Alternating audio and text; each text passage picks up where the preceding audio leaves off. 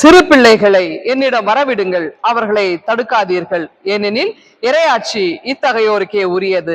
Mark 10:14. இன்றைக்கு குழந்தைகள் தினம், சிறுவர்கள் தினமாய் நம்ம கொண்டாடிட்டு வருகிறோம். ஆகவே அனைத்து குழந்தைகளையும் நம்ம வாழ்த்துவோம், அனைத்து குழந்தையும் நாம் ஆசீர்வதிப்போம். அனைத்து குழந்தைகளுக்கும் இந்த குழந்தைகள் தின வாழ்த்துக்களை நான் தெரிவிப்பதே மகிழ்ச்சி அடைகிறேன். இந்த ஆண்டவராக இயேசு கிறிஸ்து குழந்தைகள் அதிகமாய் நேசிக்கிறவர். அதாவது அவருக்கு மக்கள் பணி அதிகமா இருந்தது. ஊர்தோறும் அவர் சென்றிருந்தார் இல்லையா?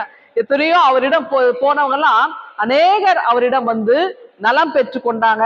அநேகர் தேவையில் இருக்கிறவங்க வந்தாங்க. எல்லாரும் அவரிடத்துல வந்து ஏதோ ஒரு எதிர்பார்ப்போடு வந்தாங்க. இயேசு கிறிஸ்துவும் இந்த இறையாட்சிக்குரிய காரியங்களை, நற்செய்தியை ஊர்தோறும் அவர் கொண்டு சென்றார். இப்படிப்பட்ட நேரத்துல, நேரம் இல்லாமல் அவர் ஓடிக்கொண்டே இருக்கிற நேரத்திலே ஒரு சின்ன ஒரு ஊர்ல மட்டும் அவருக்கு அதிக நேரம் இருக்கிறது. இயேசு வருகிறார் அப்படின்னோடனே எல்லாரும் அந்த அவங்க பெற்றோர் குழந்தைகளை ஆண்டவரிடம் கொண்டு வராங்க. எவ்வளவு பெரிய சந்தோஷம்! மற்ற இடங்களெல்லாம் குழந்தைகள் இப்படி வரல.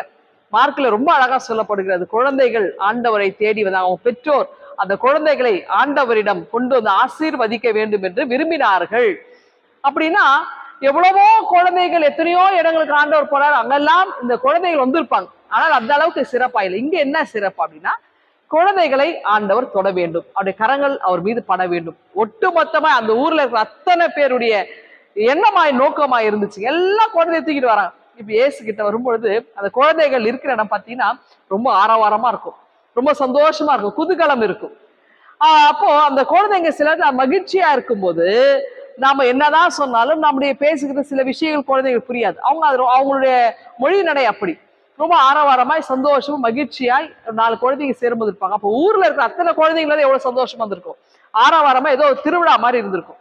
அப்ப ஆண்டவரிடம் வரும்பொழுது அங்க இருந்த பெரியவங்க எல்லாம் என்ன பண்ணாங்க, குறிப்பா சீடர்கள் எல்லாரும் குழந்தை அதட்ட, பேசாத அமைதியாயிரு அப்படின்னு அதட்டுறாங்க. இயேசுக்கு கோவம் வருது. ஆண்டவர் கோவம் வருமா? கோவம் வருது. ஏன்னா குழந்தைகள் விஷயத்துல யாராவது தடை செய்தால் அது ஆண்டவருக்கு கோவம் வருது. ரொம்ப நேரம் இந்த ஊர்ல அவர் டைம் ஸ்பெண்ட் பண்றாரு. இப்போ ஒண்ணும் இல்லைங்க, இப்போ நம்ம ஆலய வழிபாடு நேரங்கள்ல குழந்தைங்க உள்ள இருந்தான்னு வச்சிருக்கீங்களா, குழந்தைங்க ஒண்ணு அழும், ஏதாவது ஒண்ணு ஓடி ஆடி விளையாடுவாங்க, ஏதாவது ஒண்ணு செய்வாங்க. ஏன்னா நம்ம வழிபடுகின்ற முறைகள் அதுங்களுக்கு தெரியாம இருக்கலாம், அல்லது புரியாமல் இருக்கலாம், அவங்களுக்கு அதை பற்றின உணர்வு இல்லை. ஆனா அந்த குழந்தைங்க ஆலயத்துல வந்து உட்கார்றாங்க. அப்போ நம்ம பேசுறது, நம்ம வழிபடுகிறது அவங்களுக்கு புரியல. அப்போ அவங்க புரியுற மாதிரி நம்ம சொல்ல முடியல.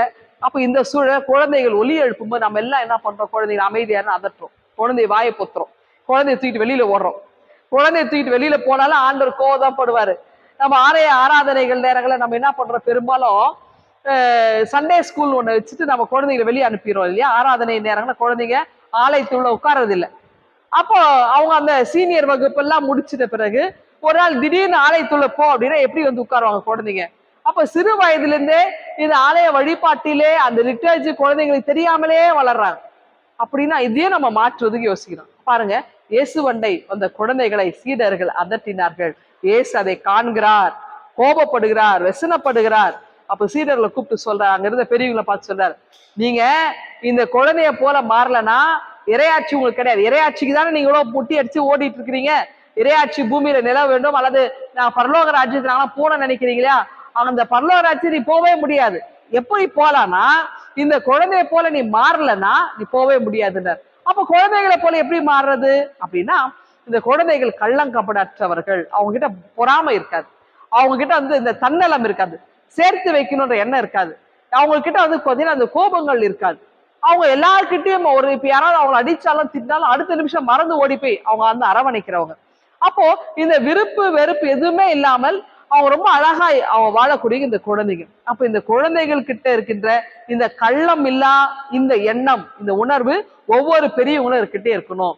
அப்ப குழந்தைகளிடமிருந்து கற்றுக்கொள்ளுங்கள்.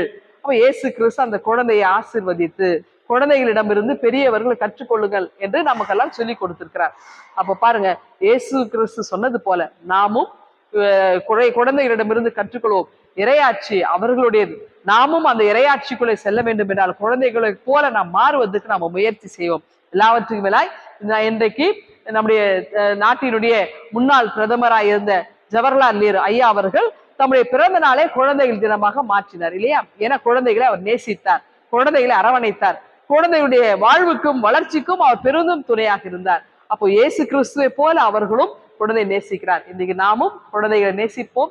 குழந்தைகளுடைய வாழ்வுக்கு வளர்ச்சிக்கு நாம் என்றைக்குமே முட்டுக்கட்டையோ தடையோ இல்லாதபடி நாம பார்த்துக்கொள்வோம். குழந்தைகளை நாம முன்னிலைப்படுத்துவோம்.